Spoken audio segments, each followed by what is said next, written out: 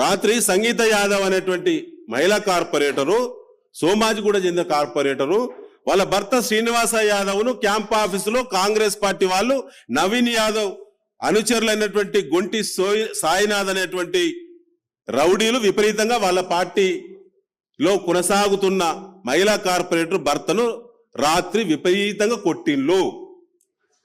ఇది కాదని సమాధానం చెప్పాలి కాంగ్రెస్ పార్టీ. సొంత పార్టీ కార్పొరేటర్ స్థాయి వాళ్ళని కొడుతున్నారు, డివిజన్ నాయకులను కొడుతున్నారు కాంగ్రెస్ పార్టీ వాళ్ళను.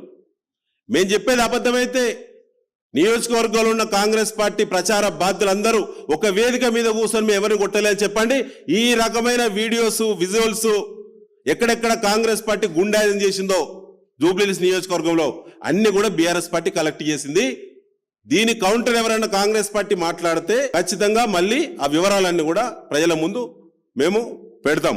ఎల్లారెడ్డిగూడలో దాడి చేసిండ్రు, రైమత్ నగర్ లో దాడులు చేసిండ్రు, ఇట్లా రకంగా అంతటా దాడులు చేస్తా ఉన్నారు. దయచేసి మేము ఇప్పుడు డీజీపీ గారికి విజ్ఞప్తి చేస్తున్నాం, ఎన్నికల కమిషన్ విజ్ఞప్తి చేస్తున్నాం, స్వతంత్రంగా వివరించండి.